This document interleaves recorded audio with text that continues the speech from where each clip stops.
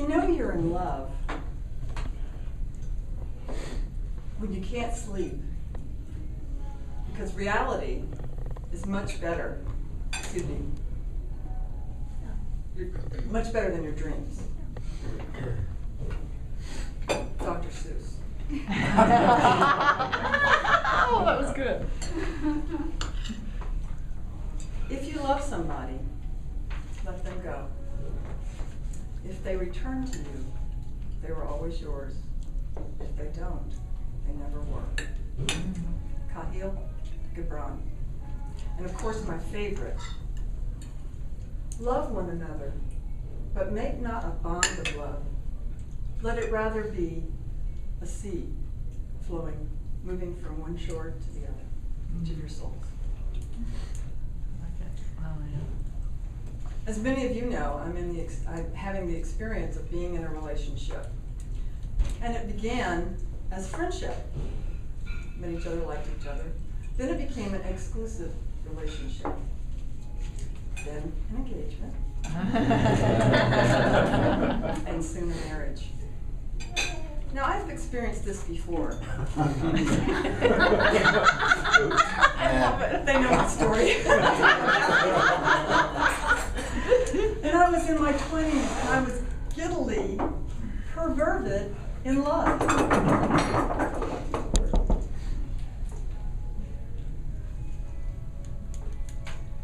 But then, at that time, excuse me, the difference between that and now is I'm not looking for someone to complete me, to rescue me, or to make me whole.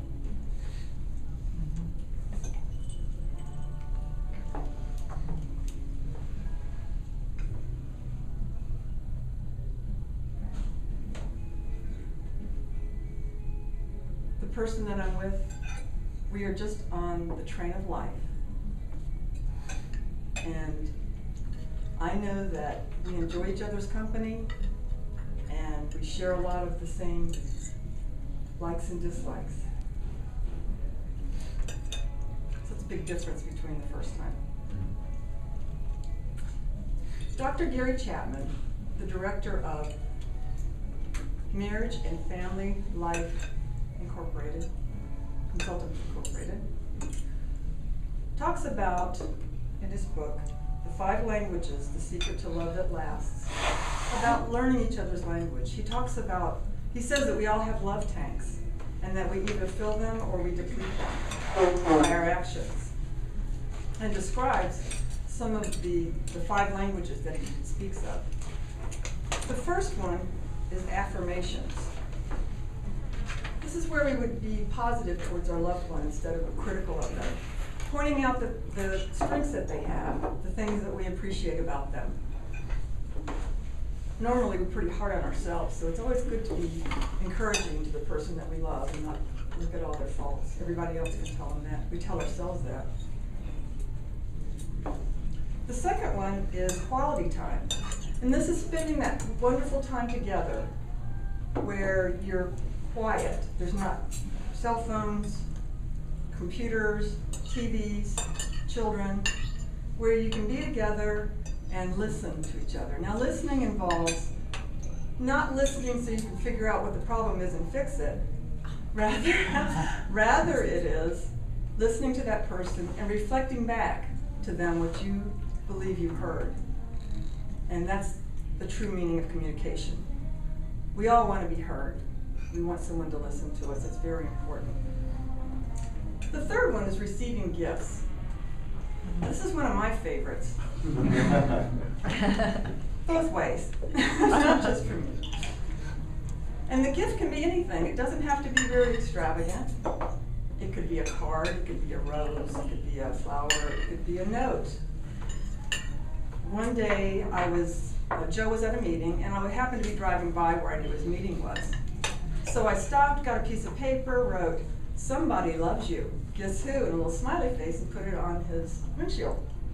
You would have thought I hung the moon. I've never seen anyone get so excited about it. A little piece of paper with a note. I mean, he even put it up on his mirror in his bedroom. So that was really sweet. So the next one is acts of service. Now these are things that you know your spouse would love you, spouse or partner would love for you to do. Or it can be knowing that that they need some sort of help and just offering it or just doing it. And it means the world to the person. I know that sometimes when that happens for me, it's like, oh my God, you know, that is such a wonderful show of love. That you actually saw what was happening. I didn't have to tell you. I didn't have to harass you. I didn't have to nag you. You just did it. Wow. For women, it's really extremely wonderful. And last but not least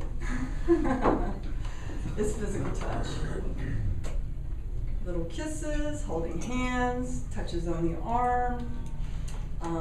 My favorite is I'm in the kitchen, maybe doing dishes. Joe comes up behind me, gives me a little kiss on the neck. It's wonderful. Michelle looks like she's got an idea there.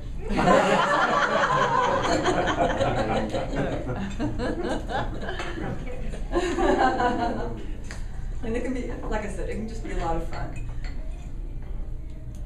And again, what we want to do here is to fill the love tanks of the person that we care about, to learn what language they speak, which one is the most important.